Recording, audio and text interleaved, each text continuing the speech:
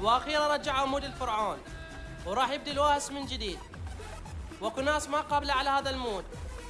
انت ايش قد تقييمك لهذا المود من 10؟ اكتب لنا بالتعليقات وانا راح اقيمك كم المود بنهايه هذا الجيم. خليك ويا المقطع وشوف ايش صار بنهايه هذا الجيم. وهنا احنا اول سكواد اجينا نريد نصعد يم الفرعون. وهنا فتحنا البوابه واكو سكواد اجى اقعد الاول. وهسه الفرعون طلع. لازم ترمي على هاي اللي بصدره ويعطيك لوت. اول ما تقتله يعطيك لوت.